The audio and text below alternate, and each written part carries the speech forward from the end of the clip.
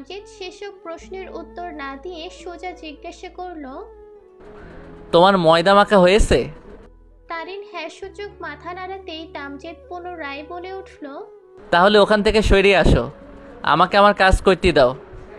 তারিন প্রত্যুত্তরে কিছু বলার আগেই তামজিদ তারিনের হাতে আলতো টেনে তারিনকে দূরে সরিয়ে আনলো। তারপর চুলায় এক পাতিল গরম পানি বসিয়ে রুটি বানানোর প্রস্তুতি শুরু করলো। তারিনকে দাঁড়িয়ে থাকতে দেখে নিচে গিয়ে একটা চেয়ার এনে দিয়ে বলল, আজকে তোমার ছুটি, আজ আমি আর জাহেলা আপা মিলে রান্না করব। তুমি বসে বসে দেখবে, ঠিক আছে? এখন বসো। বলেই তারিনকে কোনো প্রশ্ন না করে চেয়ারে বসার জন্য ইশারা করলো। তারিনও চুপচাপ বসে রইল।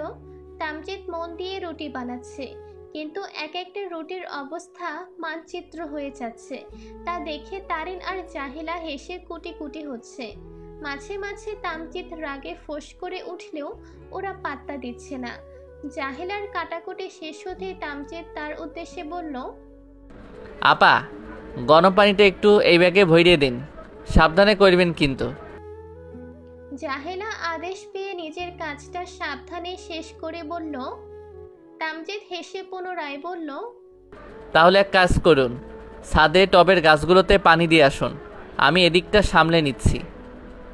জাহেলা মাথা নাড়িয়ে সম্মতি দিয়ে সেদিকে চলে গেল।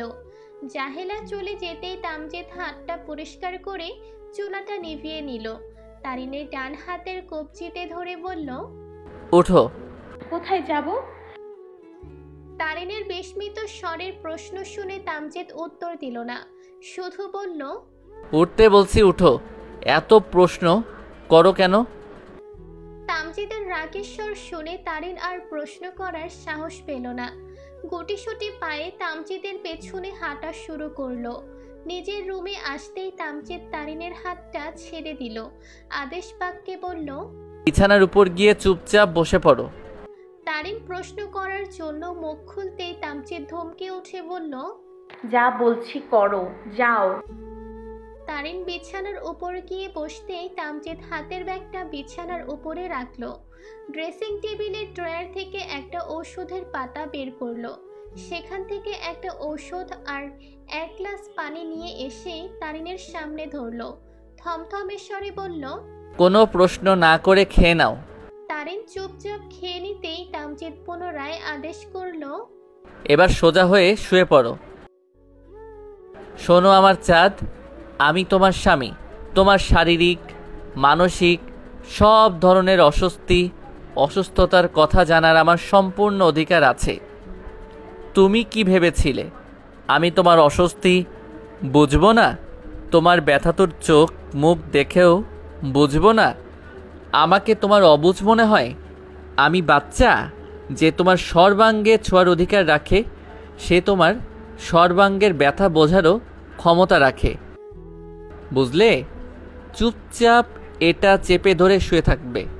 যতক্ষণ না ব্যথা কমবে ততক্ষণ অবধি এখান থেকে এক পাও নিচে নামবে না। কিছুক্ষণ পর যে আমি পিল এনে দিব, খেয়ে নিবে। তোমাকে নিয়ে আমি কোনো রকমের রিস্ক নিতে চাই না আমার চাঁদ। একটু সাবধানে থাকবে। কোনো সমস্যা বা অস্বস্তি হলে আমাকে জানাবে। মনের মধ্যে চেপে রাখবে না, আমি ছাড়া এখানে তোমার কেউ নেই, তাই নেক্সট টাইম আমার থেকে কিছু লুকাবে না, বুঝতে পারছো? তারিনের প্রশান্তির চোখ তামজিদের দিকে চেয়ে আছে। শারীরিক সম্পর্কের পর অনেক পুরুষ ভুলে যায় নারীও ব্যথা যন্ত্রণা আছে। তারা নিজেদের খ্যাশ মেটানোর পর নারীর মনের খোঁজ নিতেই ভুলে যায়। হেলা ফেলায় দূরে ঠেলে দেয়, মাথায় চাপিয়ে দেয় সংসারের বোঝা। অথচ প্রত্যেক পুরুষের উচিত শারীরিক সম্পর্কের পর নারীর মন ও দেহের খবর রাখা, তাদের যত্ন করা, পাশে থেকে আগলে রাখা। তামজিদের মতো কজন স্বামী পারে স্ত্রীর চোখের ভাষা বুঝতে? যে পুরুষ স্ত্রীকে দিয়ে শারীরিক চাহিদা মেটানোর পর তার অস্বস্তির দিক খেয়াল রাখে, সে পুরুষ অবশ্যই প্রকৃত পুরুষ। যে নারী এমন স্বামী পায় সে নিঃসন্দেহে ভাগ্যবতী। তারিনও ভাগ্যবতী, তামজিদের মতো এত যত্নশীল একজন স্বামী পেয়েছে। আর কি চাই?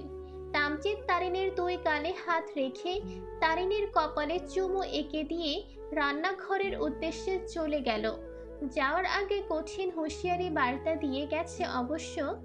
তারিনের চোখ থেকে খুশিতে অশ্রুকণা গাল বেরিয়ে পড়ে যাচ্ছে। মনে মনে ভাবছে, উপরওয়ালা কষ্টের পর এভাবে প্রত্যেকটা ঝরে পড়া হৃদয়কে শান্তি দেন। আমাকে ভালোবাসেন মাস্টার মশাই? তামজিৎ রান্না করছিল আর তারিন পাশে চেয়ারে বসেছিল চুপটি করে। হুট করে এহেতুক প্রশ্ন করতেই তামজিৎ ভোরকে তাকালো। অবাক স্বরে জিজ্ঞাসা করলো, হঠাৎ এই প্রশ্ন? তারিন বিস্তর হাসলো, হাসি মুখে বলল, বলুন না, ভালোবাসেন? তামজিৎ কিছু বলল না। হাতের কাজটুকু শেষ করে এসে তারিনের কপালে ঠোঁট ছোঁয়ালো। তারপর আবার কাজে মনোযোগ দিল। তারিন থেমে থাকার মেয়ে না, পুনরায় আগের ন্যায় প্রশ্ন করলো, ভালোবাসেন? তামজিৎ চুপ, দেখে মনে হচ্ছে উত্তর দেওয়ার প্রয়োজন মনে করছে না।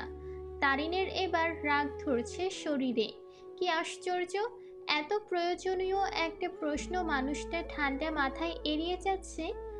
তারিন এবার উঠে দাঁড়ালো, সাথে সাথে পেট ধরে আ বলে শব্দ করে বসে পড়ল। তামজিৎ তড়িঘড়ি করে তারিনকে ধরে রাগেশ্বরে বলে উঠল, তোমাকে উঠতে বলেছে কে? বেশি পাকনামি করো তুমি। তারিন চেয়ারে বসে পড়ে, তামজিদের কোমর জড়িয়ে ধরে, তারপর বলে ওঠে, আমার আপনি আছেন তো, ভয় কিসের? তামজিৎ স্বস্তির নিঃশ্বাস ফেলে পরম যত্নে তারিনের মাথায় হাত বুলিয়ে দিতে দিতে বলল, ভালোবাসা যদি এত সহজ হতো তাহলে আমরা প্রতিদিন ভিন্ন ভিন্ন ব্যক্তিকে ভালোবাসতাম। তখন পৃথিবীতে ভালোবাসা শব্দটাকে ঘিরে এত আহাজারি, সুখ, দুঃখ থাকতো না আমার চাঁদ, বুঝলে? তারিন নিশ্চুপ।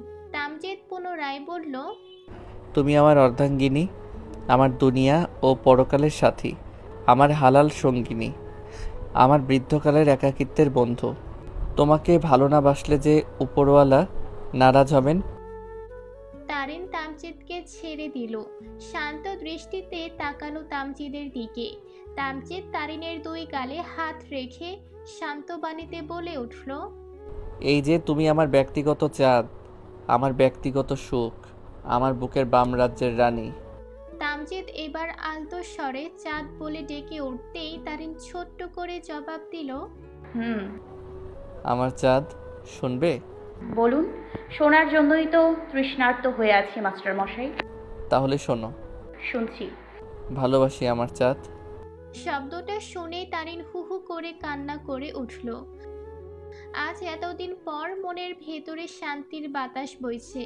এই একটা শব্দ শোনার জন্য কতদিন তারিন তৃষ্ণার্থ কাকের ন্যায় বসেছিল। অবশেষে আজ তৃষ্ণা মিটল। তবে তারিনের কান্না দেখে তামজিৎ প্রথমে ঘাবড়ে গেলেও পরক্ষণেই হেসে দিল। তামজিৎকে হাসতে দেখে তারিন ভ্রু যুগল কুঁচকে তাকালো সেদিকে। কান্নারত স্বরে প্রশ্ন করল, এভাবে পাগলের মতো হাসছেন কেন? তামজিৎ হাসি থামিয়ে উত্তর দিল, এই যে আমার ছোট্ট চাঁদ কেমন বাচ্চাদের মতো কাঁদছে। অবশ্য সে তো বাচ্চাই। তারিন গর্জে উঠে বলল, একদম বাচ্চা বলবেন না। তামজিৎ এবার তারিনের কানে ফিস ফিস করে বলে উঠল, যে আমার আদরের ডোজ সহ্য করতে পারে না সে বাচ্চা নয় তো কি? তারিন এবার লজ্জা পেল। দুজনের খুন ছুটি চলতেই থাকলো। তামজিৎ আজ এক হাতেই সব রান্না করেছে। ঘর গোছানো থেকে শুরু করে সব তামজিৎ নিজেই করেছে। তারপর দুজনে মিলে গোসল শেষ করে নামাজ আদায় করে নিল। সবাই মিলে খাবার টেবিলে বসে গল্প সল্প করে খাওয়া শেষ করলো। বিকেলের চারিদিকে পরিবেশ ঠান্ডা বাতাস বইছে। তারিন আর তামজিৎ বেলকনিতে বসে আছে বললে ভুল হবে। তামজিৎ খুব যত্ন সহকারে তারিনের মাথায় তেল দিয়ে দিচ্ছে আর তারিনকে বকছে, কি করেছো তুমি এতদিনে? চুলগুলো একটু যত্ন নাও নাই, নষ্ট করেছো। আমি থাকতে আমার বউয়ের এত সুন্দর চুলগুলো অযত্নে নষ্ট হতে দিব না। আজ থেকে প্রতি সপ্তাহে আমি তোমার চুলে তেল দিয়ে দিব, শ্যাম্পু করে দিব। একদম অযত্ন করবে না, বুঝেছো? তারিন মাথা নাড়ালো। কিছু সময় পর বলে উঠল, একটা কথা বলবো? 10টা বলো। তারিন হাসলো, বলল, আমার না ফুচকা খেতে ভীষণ ইচ্ছা করছে, বাইরে নিয়ে যাবেন? তামজিৎ সঙ্গোপনে জিজ্ঞেস করলো। তোমার শরীর ঠিক আছে? তারিন আগের ন্যায় বলে উঠল, একদম পারফেক্ট আছে, চলুন না একটু ঘুরে আসি। বিয়ের পর তো আমরা একদিনও বাইরে কোথাও ঘুরতে যাইনি। তামজিৎ জিজ্ঞেস করলো।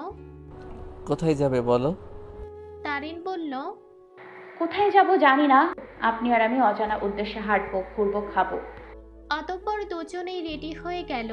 তারিন কালো রঙের একটা শাড়ি পরেছে, খোপায় গোলাপ ফুল দিয়েছে, চোখে হালকা কাজল ও ঠোঁটে লিপস্টিক দিয়েছে। দেখতে কি সুন্দর লাগছে মেয়েটাকে। তামজিৎ কিছুক্ষণ অপলক দৃষ্টিতে তাকিয়ে রইল সেই মায়াবী মুখপানে। পেছন থেকে গিয়ে জড়িয়ে ধরে ঘাড়ে মুখ ডুবালো। নেশালো স্বরে বলে উঠল, আমাকে সম্পূর্ণ পাগল করে ফেলবে নাকি? তারিন হাসল, খানিকটা লজ্জাও পেল।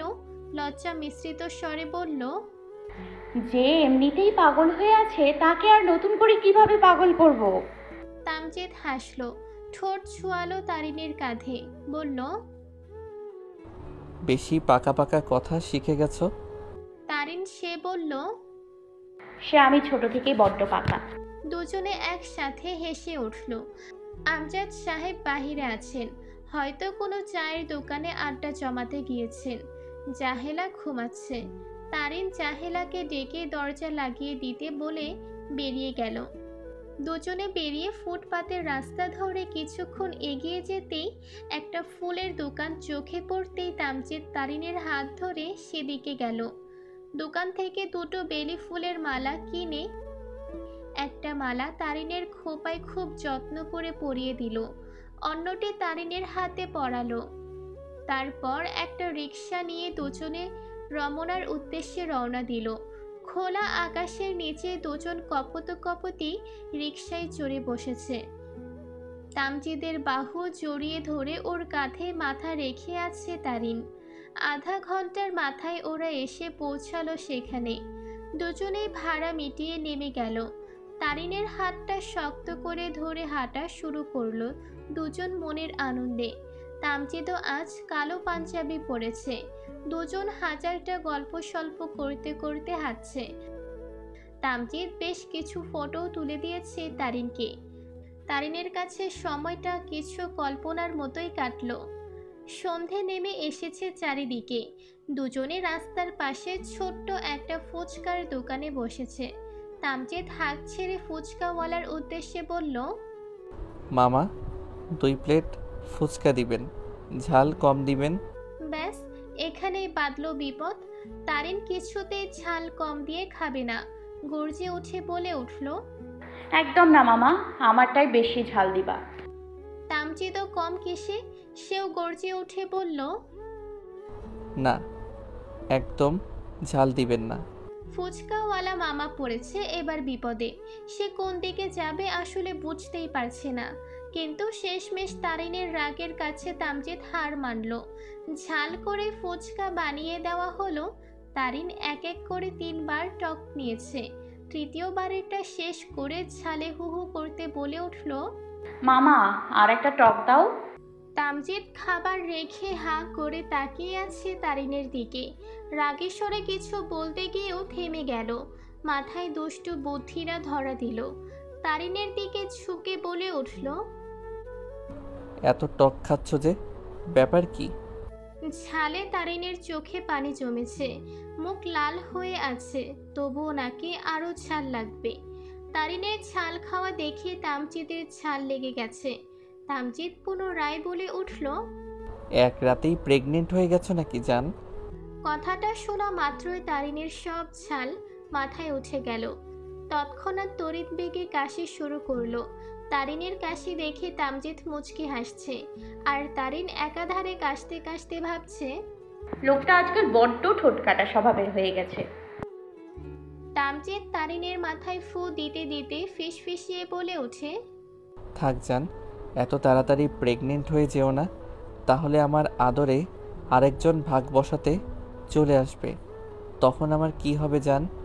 আর তামজিদ আর কিছু বলার আগেই তারিন মুখ চেপে ধরলো, এক গ্লাস ঢকঢক করে গিলে ফেলে, হাঁপাতে হাঁপাতে বলল, একদম চুপ। হয়ে গেছে আমার খাওয়া, এবার চলুন।